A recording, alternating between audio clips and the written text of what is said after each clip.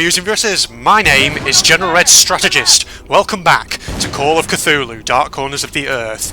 This is episode 2 now. I'm not recording this straight after the last one, but I am recording it before I've uploaded it because I was so excited to play this game. I couldn't help it.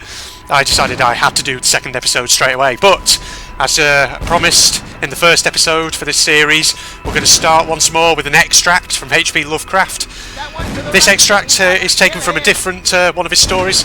This is from The Shadow Out of Time.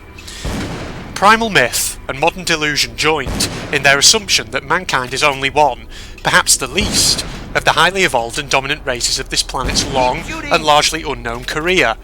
Things of inconceivable shape, they implied, had reared towers to the sky and delved into every secret of nature before the first amphibian forebear of man had crawled out of the hot sea 300 million years ago.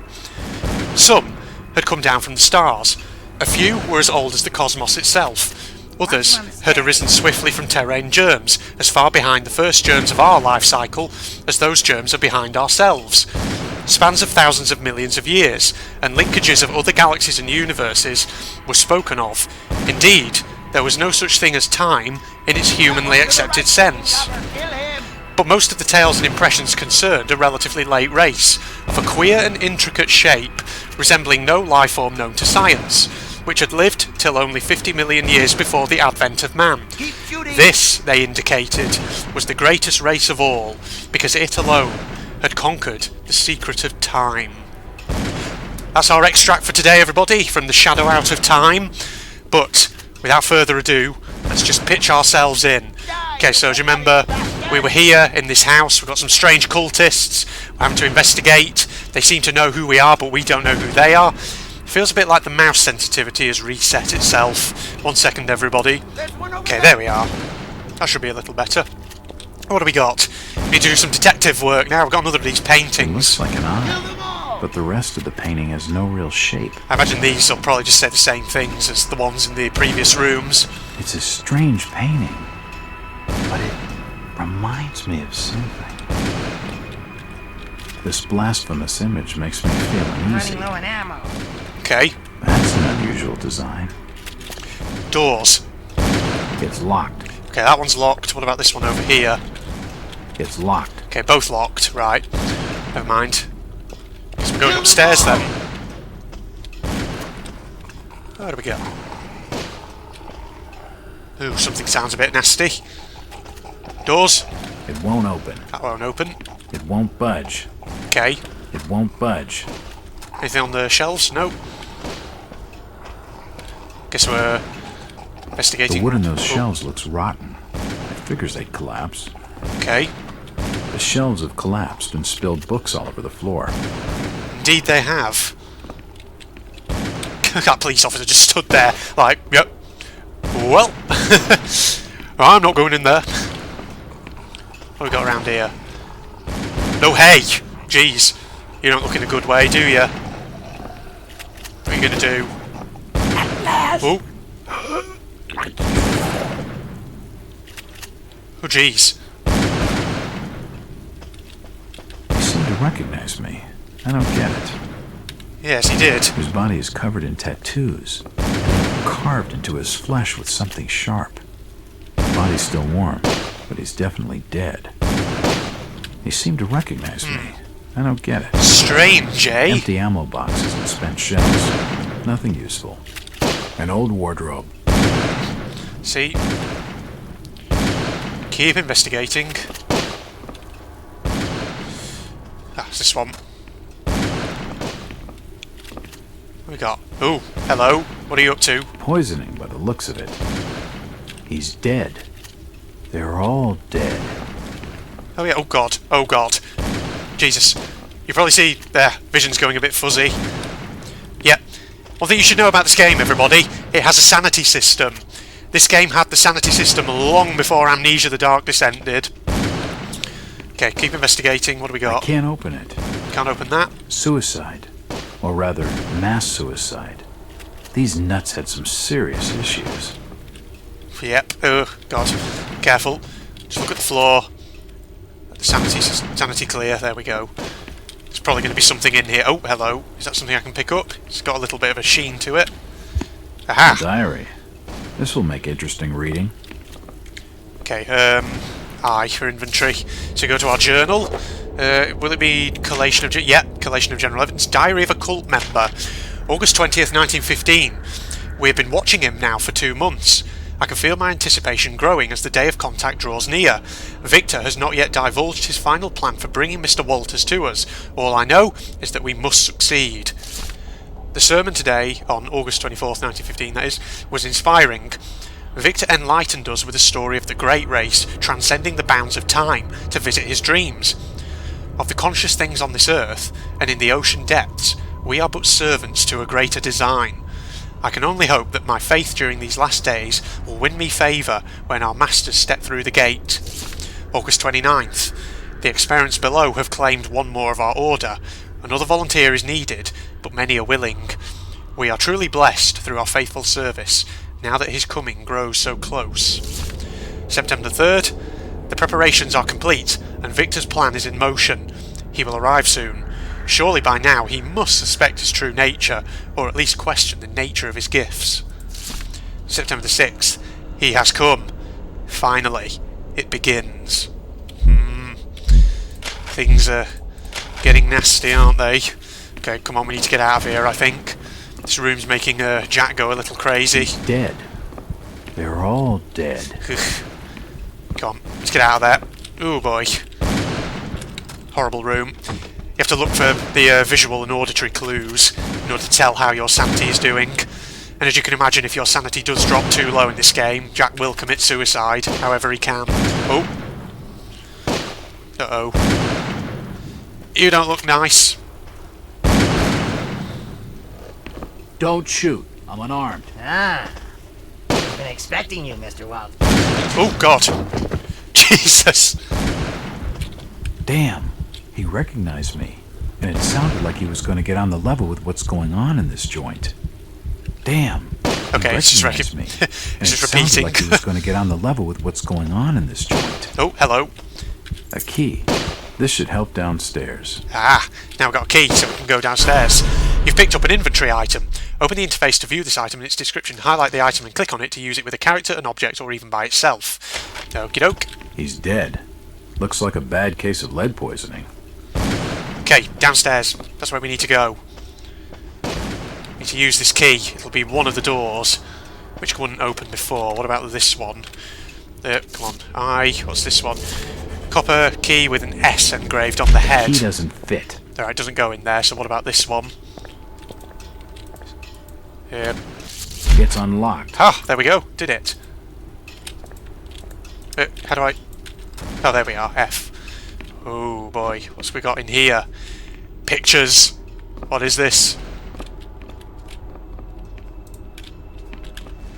Oh boy. Something horrible going on here, isn't there?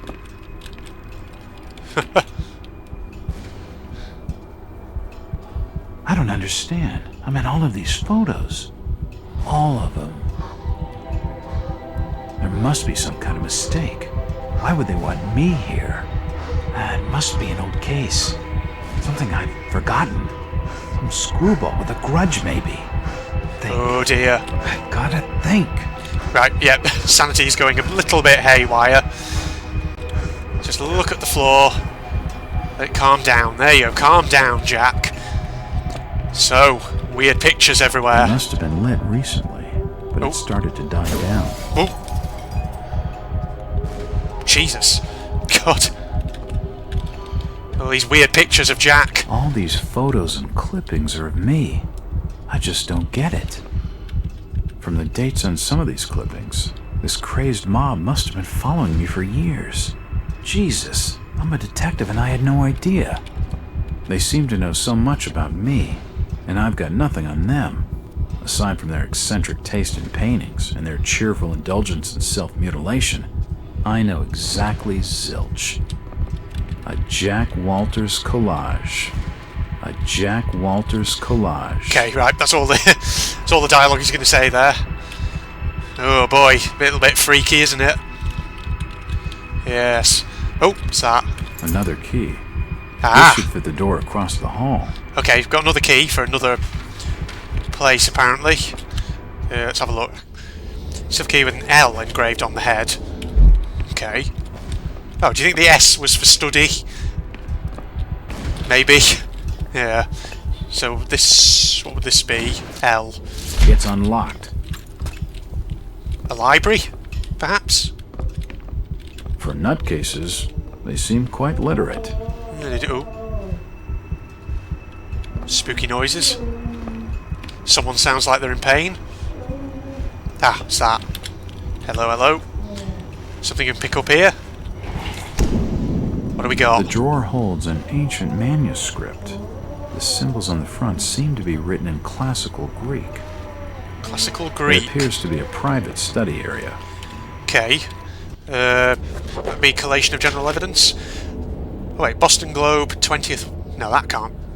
That sounds like something else, that does. Boston Globe, 20th of August 1909. Enlightened or duped? Inside Boston's strangest church. Those of our readers who live near its headquarters in an ordinary-looking Boston residence will need no introduction to the Fellowship of Yith, or whatever the cult's name is. For those who have not encountered this mysterious, semi-religious group before, a few words of explanation are necessary. Since our country's founding upon the basis of religious freedom, its shores have been home to many small religious groups outside the mainstream.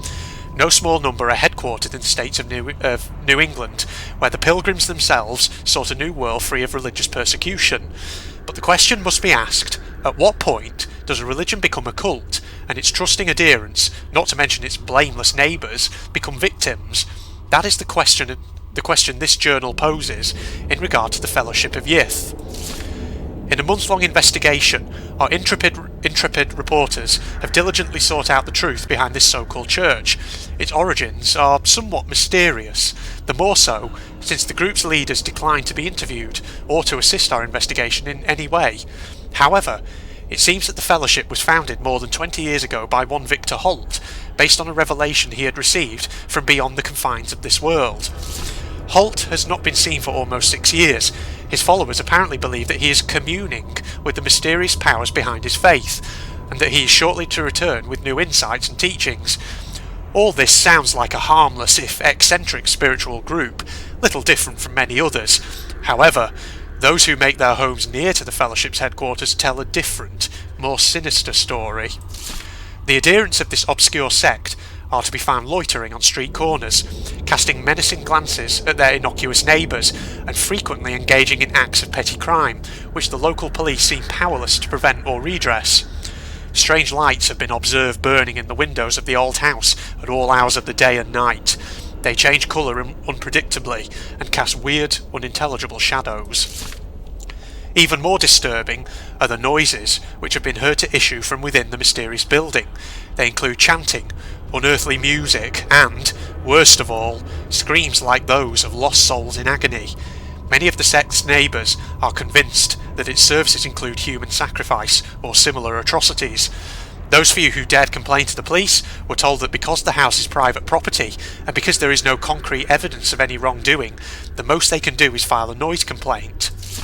Are the horrors of Salem being reenacted in our city more than 2 centuries on? Is this Fellowship of Yith engaging in unspeakable and criminal acts of worship involving torture and sacrifice? Why is nothing being done to ease the fear and distress they cause to the local community?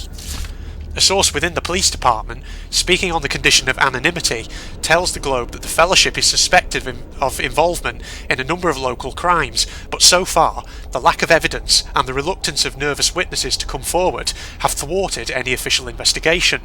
Very well, we say.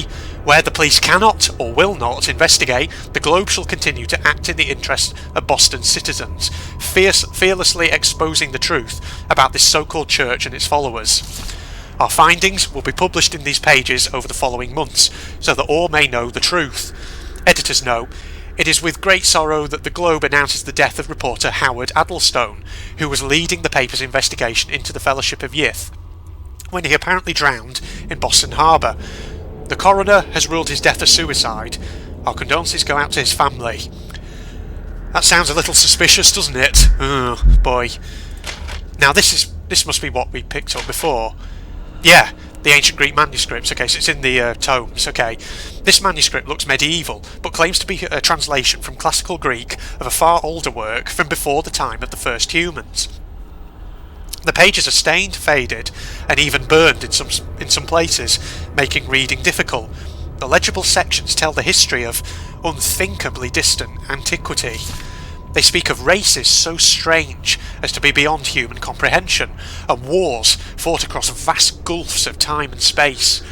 There are concepts so utterly alien that they sound like absolute madness. Time travel, flying polyps, mental projection, Great Race of Yith.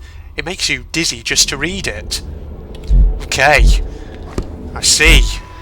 So, we are going to be reading pretty much everything we come across in this game, no matter how long, because the thing about this game is you need to read things, you know, because if you don't, it's highly likely you will not pick up the storyline. You've got to be a detective, but now you need to investigate these strange noises. These books are really old, and most of them are in strange languages I don't understand. Oh. There are definitely some strange sounds coming from this side of the room. Yes. I don't have time to read. I'm a detective, Oh, not a hello. pen pusher. There's Jack. Hey. That jumping animation. Wow.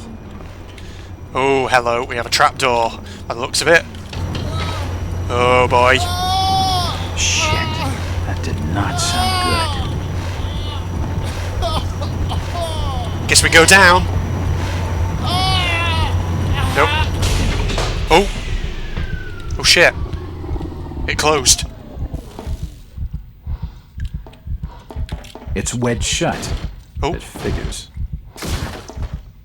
Jack! Where are you? We're down here. Help! Help! There's no one in here. We should check upstairs. Can you not hear me? Oh, damn it. Okay. We have to proceed a little deeper, I think. Oh, boy. Oh, God. Jeez, that collapsed. Well, that's just swell. Oh, boy. God. Jack's heart is racing. This place is bloody shaking. It doesn't feel good. Ugh. The hell? He's dead. The beam must have fallen and crushed his skull. Oh, what the fuck? Hello, I see you behind there. My God, there are bodies buried in the walls. At least that explains the stench. Some of them have been here a while. Okay. Oh, God. Jesus. Freaked me out a bit, that did. Oh, I don't like this area. Shaky. Oh, boy. What have we got here?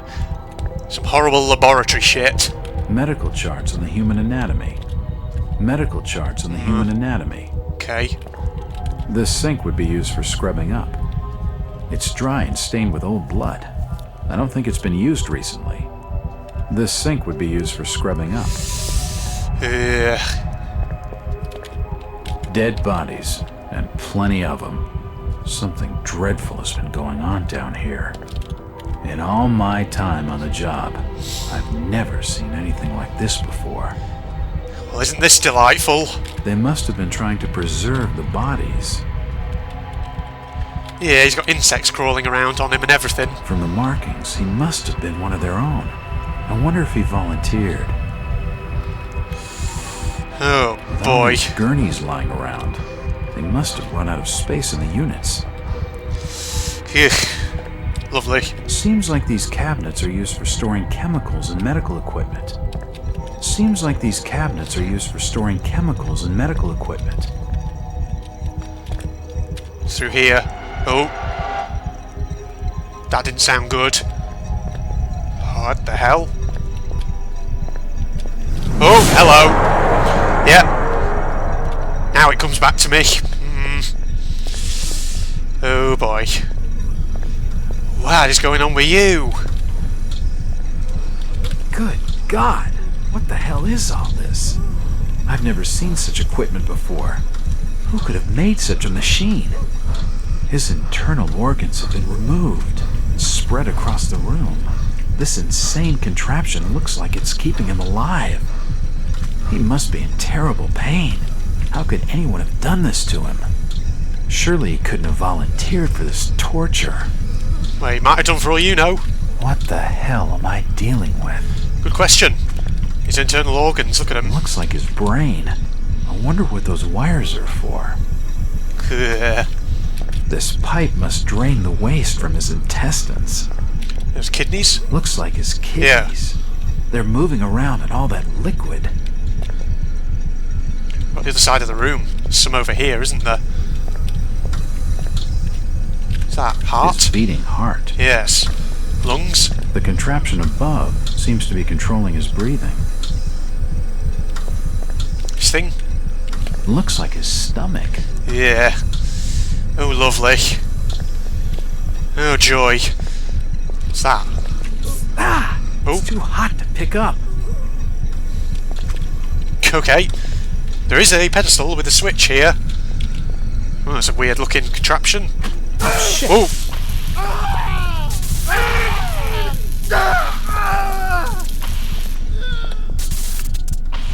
Ooh. Well, we put him out of his misery, didn't we? Okie doke. Good lord. The crystal's still warm. Oh, now I can pick it up, okay. That's what I needed to do even. Yeah, it's coming back to me now, this game. More bodies. Okay, so they've been engaging in some freaky science by the looks of it.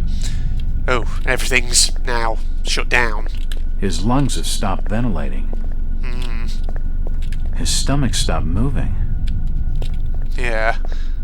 His heart has stopped. Everything stopped. What about these bits and bobs? His brain stopped moving. His intestines have stopped moving. His things have stopped moving. His kidneys have stopped moving. Oh, beer. I mean, oh dear. But there is another door over here. What do we got? This tunnel feels like it's going to collapse at any moment. Yes, I don't like it. Oh, here we are. Oh, look. Another crystal. It's too hot to touch. I think it's being used as a power source for the machine. This looks like some very interesting architecture, do not think, viewers and viewesses. Oh god, oh god, oh god. It's stuck on something there. Press that. Ah! Oh boy. Oh boy, what do we got here? Odd. It looks like it's full of mercury. Odd. Ooh. It looks like it's full of mercury. I didn't mean to do that. Listen. There's no power. There's no power. But I do have a crystal, if I could put that somewhere. What the hell? Control's going a bit glitchy for some reason. Something to do with my keyboard, I don't know. What's this? Portal or something? What the hell is that? Yeah. I wonder what it's for. What the hell is that? Yeah. Oh, hang on. There's a crystal thing over here. Inventory. What's this? Strange green crystal. It's warm and exhibits an unusual glow. Ah, put that in. It's too hot to touch. I think it's being used as a power source for the machine. Brace yourselves, everybody. Going to see something nasty.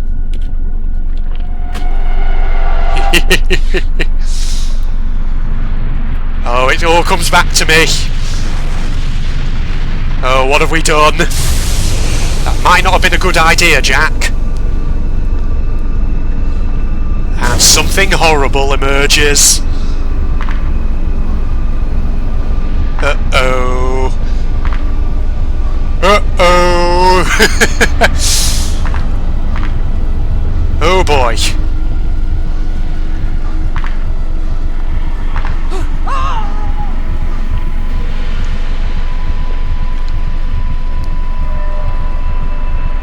Well, dearie me. That didn't look nice, did it, everybody? I'm not going to spoil what it was. The Diary of Jack Walters, 6th of February, 1922. Okay, so we're zipping ahead now in time. It's been more than 6 years since I entered that strange house in Boston. But to me, it was just 5 months ago. Amnesia, the doctors called it. Probably brought on by acute mental stress. I remember investigating the far side of the library. There was screaming.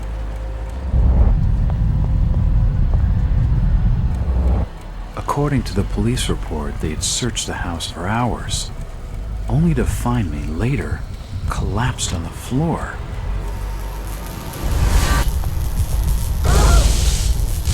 When my eyes opened and I spoke, my colleagues recoiled in fear. There was something unnatural in my voice and blank gaze. They committed me to Arkham Asylum, where I was diagnosed with severe schizophrenia. As it became clear that I presented no danger to either myself or others, I was released from the asylum's care. I have learned little of my activities in the 6 years that followed. The accounts I've been able to piece together show much of my time was spent in travel and study. I maintained a fanatical infatuation with the occult, delving deep into volumes concerning witch cults and dark legends, often in languages unfamiliar to my own. When I reawakened 5 months ago, exactly 6 years after entering that house in Boston, no trace was left of what had been a secondary personality. I was myself again, or at least what I believed myself to be. Return to normal life has been a painful process. In recent days, my dreams have been plagued by cosmic landscapes, and I've become fearful of my own reflection. I am beginning to remember things from that day, more than 6 years past, that I've told no one else.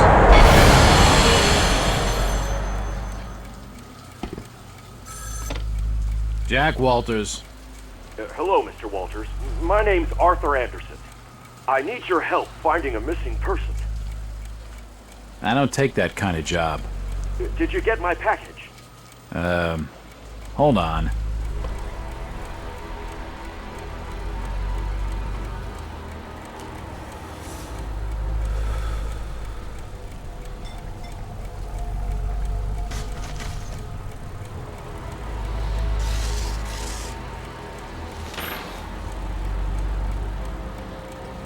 What exactly do you want from me, Mr. Anderson? It's one of my store managers, you see. Brian's his name. Ryan Burnham. Nice lad. He disappeared recently from the First National grocery store in Innsmouth. Innsmouth? Never heard of it. It's a small fishing town on the coast, not far from Arkham. I'd like to see you in person before you leave. Hold on there a minute. I didn't agree to take this what the hell? I'll be here all day anyway. Okay. We have a case, everybody. A missing grocery store manager in a strange town called Innsmouth. Okay, new client, February the 6th, 1922, night. I have a new client, Mr. Arthur Anderson, the regional manager of the First National grocery store chain. It appears that the First National grocery in Innsmouth was recently burglarised, and its manager, one Brian Burnham, is missing. From what I've been able to gather, Burnham is something of a young rogue. A friend of the family, Mr. Anderson gave him the job as a favour. Burnham is looking like the prime suspect for the robbery, but there are a few things that don't add up. Not to Anderson, and not to me. For instance even, why would Burnham force an entry into the store when he had a full set of keys, free access to the cash register, and the combination to the back office safe? To misdirect any investigation? If that was his plan, why did he disappear? Following my conversation with Mr. Anderson, I found out what I could about the ancient town of Innsmouth. For generations, the crumbling seaport and its people have been shunned by neighbouring communities. Outsiders are unwelcome there, and there are superstitious tales of a strange element in the town's oldest families. They are of mixed blood, so the stories go. Whatever that's supposed to mean. The usual Hicktown prejudice, no doubt. After making a brief visit to Innsmouth, my client came away distrustful of the local authorities. He isn't buying their line that Burnham robbed the place and wants to know what happened to him. Only one bus goes to Innsmouth, and tomorrow afternoon I'll be on it. It feels good to have a purpose after 5 months trying to break through my amnesia. I also feel a little apprehensive. Maybe it's the wild stories about the town, or maybe it's just because I haven't had a case in so long. Okay, here we go everybody. If anyone's wondering, this game is actually principally based on two of Lovecraft's main, more well-known stories, The Shadow Out of Time and The Shadow over Innsmouth. The Call of Cthulhu pretty much is just in the title, more or less. Okay, we're heading for Innsmouth, a visit to the Old Town. I do not expect the reader to believe what I am about to relate. Any sane mind must reject such a fantastic tale, and yet I do not know which could be worse. Oh, too late. Well, not fast enough. Okay, from the start of investigation, Innsmouth will have a permanent supply of morphine. Shot of morphine will temporarily suspend any movement speed reductions. Yeah, arm wavering. Pay attention to all dialogue. Yeah, even if you're not directly involved. Yeah, may provide vital gameplay clues. Might be time for me to wrap this game. Bloody hell! Wrap this episode up fairly soon. Not wrap the game up. Okay. Innsmouth, 7th of February, 1922. Driver, how far to the stop? Almost there. I'll drop you at the town square of Innsmouth. Why lock the gates? Keeps out wanderers looking for work. We don't want those folks like that interfering with our affairs. Is the bus from Arkham always this empty? Aye, and we prefers it that way. Not many come to Innsmouth. But what about trade? Surely the port needs business. Innsmouth has the means to look after her own.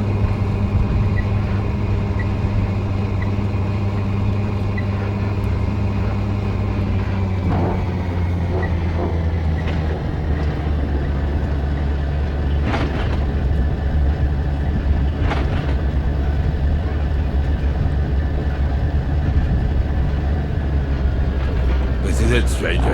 End of the line.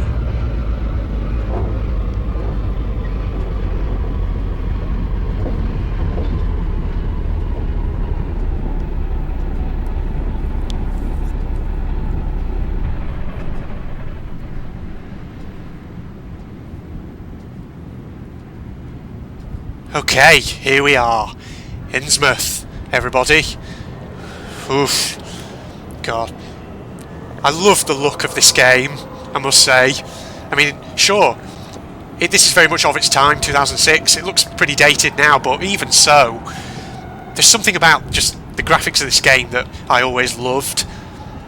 Because there's no, like, OTT environments. Everything looks so grungy and dirty. Quite realistic. I like it in a strange kind of way.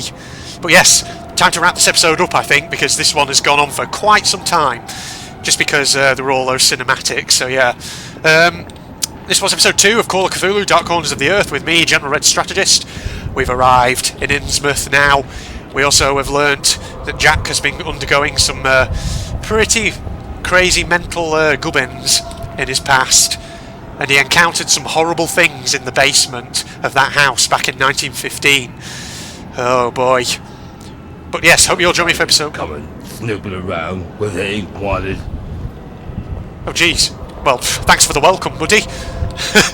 You'll quickly realise these people in this town are not very nice. But other than that, I'm going to sign off now. Hope you'll join me for episode 3. And in the meantime, this is General Red signing off. Goodbye. Whoa, Jesus Christ! Holy shit! Fucking hell! Bloody hell, that did like 1 million damage! This better not be a... Whoa! Shit! No! Oh my fucking god! How many... What? Holy shit!